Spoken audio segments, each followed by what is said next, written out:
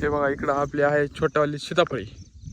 पण ह्याच्यात तर थोडंसं आता काय झालं आहे, थोडी पाऊस जास्त नसल्यामुळं थोडं भुरभुर असल्यामुळं गवत खूप झालं आहे. ह्याला एकदा पाळी घालायची आणि ह्या सीताफळीला माती लावायची.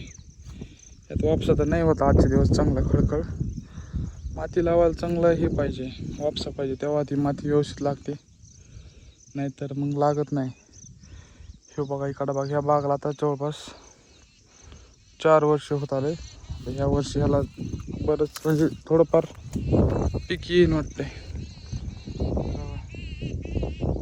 ह्याच्यामध्ये आपल्याला हे करायचं होतं, तूर पेरायची. आता तूर लावायला उशीर झाला थोडासा, पण तरी पण लावायची, कारण तूरचं 1 वर्षाचं उत्पन्न असते.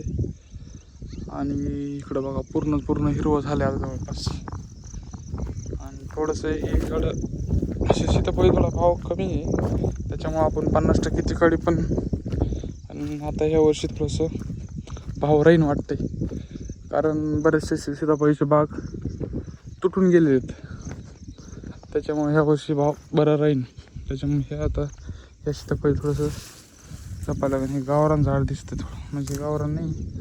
हे बघा कसा बाग एक लेवलमध्ये दिसतं सगळं पूर्ण. आणि इकडं रानात पण आपण सोयाबीन पेरली, इकडं गहू, आता इकडं ज्वारी होती, आणि ही आहे आपली सीताफळ.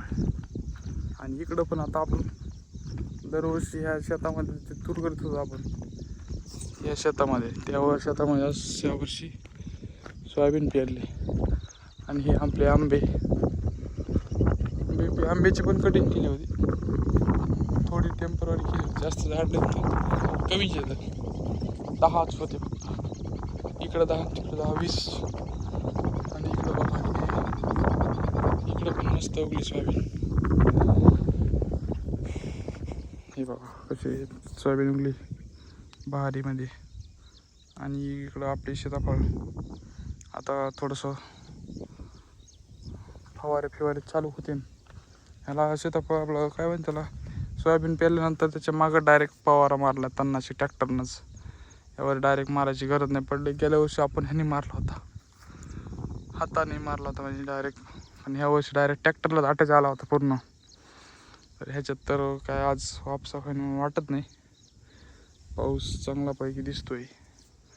आणि हे बघा कशी उगली सोयाबीन. इथं आपला बोर आहे, हे बघा बोर आहे इथं, इकडून आपण कनेक्शन आणलं डायरेक्ट. आणि इकडं आहे आपलं ऊस सोयाबीन, ह्याच्यामध्ये आहे आपलं. तर आता आपण ऊसाला एक चक्कर मारू, कुठं काय तार फेक तुटली का झटका मशीनची, तर ते चेक करायची गरजेचं आहे. कारण जास्त चक्कर होतं पण थोडं पावसा पाण्यामुळं जास्त चक्कर मारत नाही. आता आपण एकदा ऊसाचं चक्कर मारू पूर्ण, काय तुटलेलं आहे का नाही. तर ऊसाला पण एकदा खत ते मारावं लागेल. तर एकदा माती वापसा चांगला झाला की एकदा ठिबक काढून मातीमध्ये लावावं लागेल. तर बघू चला आता ऊसाकडे जाऊ आपण.